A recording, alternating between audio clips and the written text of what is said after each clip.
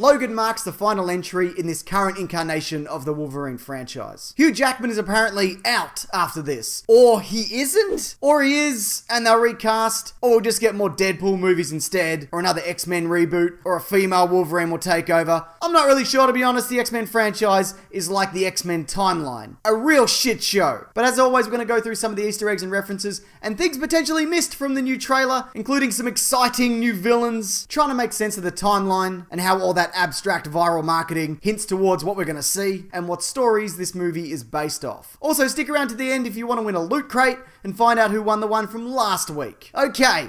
Let's do it. Let's do the thing I said that we'd do. Right, so this movie is set in the year 2024, which dates it 1 year after the new future events of Days of Future Past. It's been confirmed by the director that it's not the same timeline as the Wolverine, but the new timeline created by Wolverine, going back to 1973 to stop the creation of the Sentinels by Bolivar Trask, using Mystique's DNA, nullifying the events of X-Men, 2X, Too Furious, Tokyo X-Men.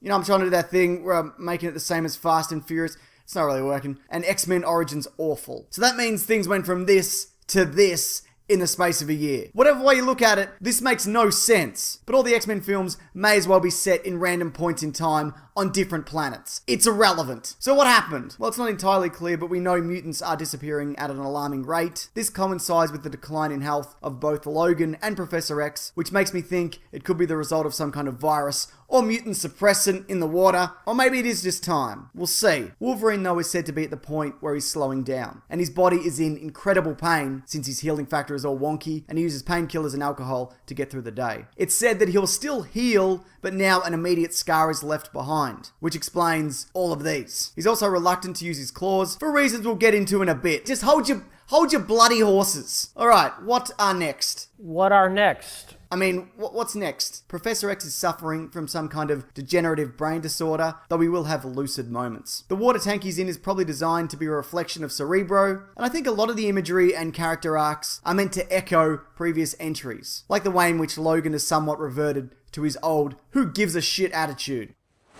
Where am I supposed to go?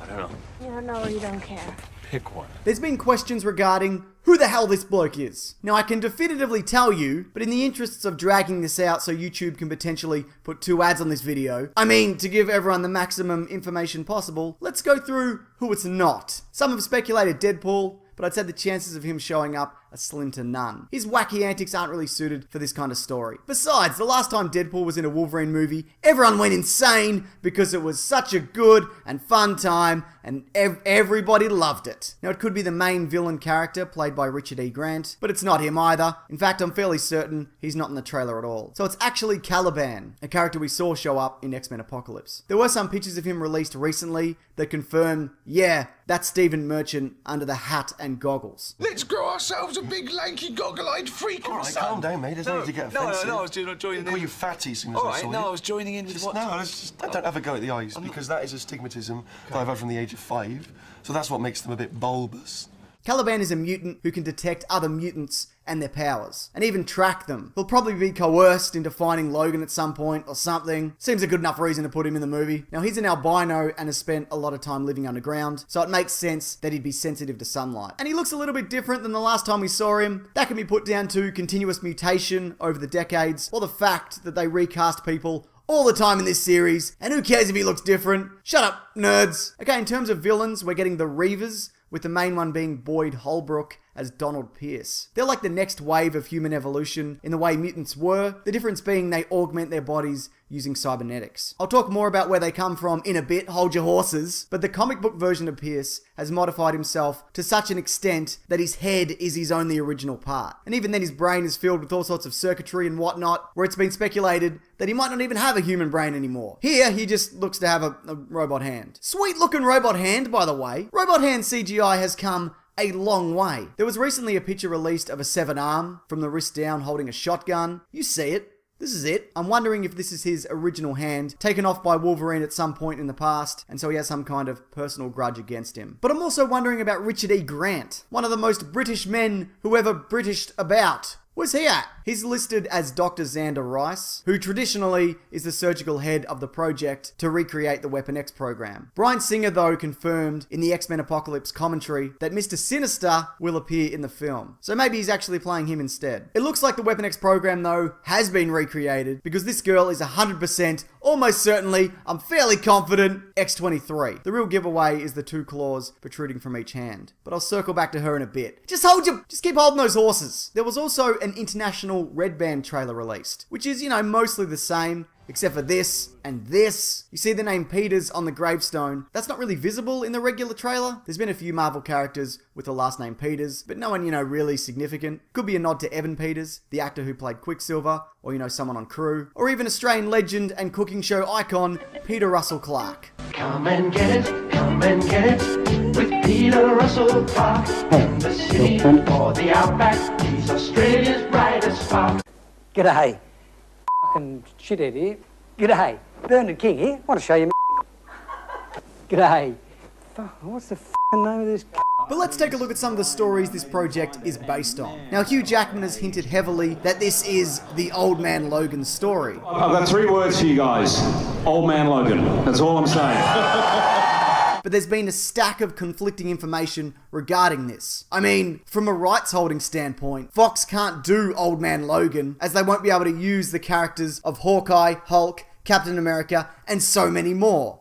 Like Mysterio, Loki, Thor, Red Skull, Spider-Man, Kingpin, Bullseye, Daredevil, Ghost Rider, Iron Man, Venom, Ultron. You get it. That's why I want a Captain America future movie that replaces Logan with Steve Rogers. That's something I'll talk about another day, or I already have talked about it. I can't remember. Now, I'm sure elements of this story will carry over. He's old. They nailed that. It looks to be somewhat set in a desert for some of it. Part of the narrative revolves around him protecting his family, and we look to be getting a variation on that with X-23. Plus, his healing factor is on the fritz. But what it really looks like we're getting is an amalgamation of a number of stories, which I'm happy to touch on. Just say the word, and I'll just get right into it. The word is Hubert Jackman. All one word. You gotta say it quick. Hubert Jackman. Okay, as mentioned, the villains in this movie we know to be the Reavers. Not the Reavers from Firefly, or StarCraft, or Destiny, or the Border Reaver Raiders from the Anglo-Scottish border between the 12th and 16th century, but the Marvel version. Their first appearance was in 1988, I want to say, and I want to say that because it's true. Who cares? Originally, the group just stole a bunch of shit, but it was Donald Pierce's version, which looks to be the depiction we'll be getting in this film, that took it upon themselves to enact vengeance on the X-Men and just any mutant in general. I'm not sure which members we'll be getting specifically, and they don't really look super enhanced in any way like they are in the comics.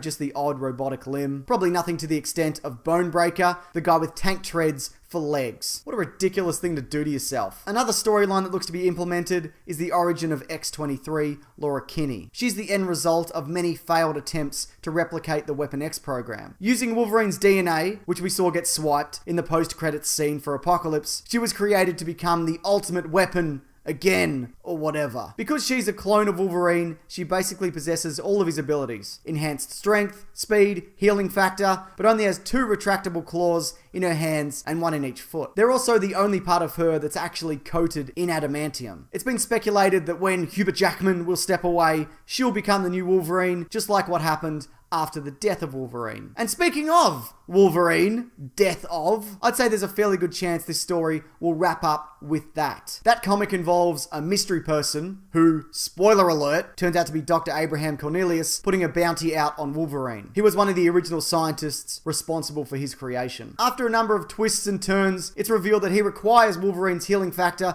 to recreate the Weapon X program. Yeah, there's a lot of that in the comics, but he wants to do this because he's unhappy with the wild dog nature of Wolverine and wants a flawless result. Logan, however, has already lost his healing factor. Again, a variation on this we're getting in the movie. Because of this, he's reluctant to use his claws because his hands won't heal properly. Similar to how he didn't want to in Old Man Logan, except that was for moral reasons because he accidentally killed all the X-Men and he felt so bad he ran his own head over with a train. But in Death of Wolverine, he can heal himself using a formulated serum, but retains scars, like we see in this story he has a couple across his face after losing an eye to Sabretooth, who may actually show up. After tracing Cornelius to a hidden facility, he uses the last of the serum to heal the test subjects, slashes an adamantium chamber, covering himself in piping hot, unbreakable metal. In his final moments, he kills the Doctor, who Richard E. Grant's character could possibly stand in for, staggers out to witness a final sunset, then is encased in adamantium, frozen, statuesque, for all time. I mean, not really for all time. 2 alternate versions of Wolverine appeared rather quickly, X-23 and a time-displaced Old Man Logan from Old Man Logan. But yeah, the original Wolverine is currently dead, but probably not really. He's most likely just mulling things over in there until it's decided that they bring him back for good. Just like we got with Captain America, Ant-Man, Superman, Batman, Gwen Stacy, Tony Stark, Jason Todd, Bucky, Jean Grey, and Peter Parker's parents, except they turned out to be robots. So in summary, yes, Logan looks to be a mixture of a number of popular Wolverine stories, which is fine. Why not? Why bloody not?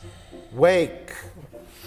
What? Okay, giveaway time. Here's the winner of last week's crate. Just private message me these details on my channel if you're that person, and then we're good. If you want to win next week's crate, just leave any comment below. It can be related to the trailer, like what you want to see happen in this potentially final Hubert Jackman Wolverine film. And if there's anything significant that I've missed, please feel free to leave a comment below. Also, this Monday on my podcast, The Weekly Planet, which is linked below, we'll be talking this trailer in more depth, as well as the recent Guardians of the Galaxy tease, plus a bunch of other stuff. I got a good feeling about this episode. I think it might actually be the greatest piece of entertainment media the world has ever known. Tune in to find out how wrong I am. But in the meantime, thanks for watching this. I appreciate it. Take care.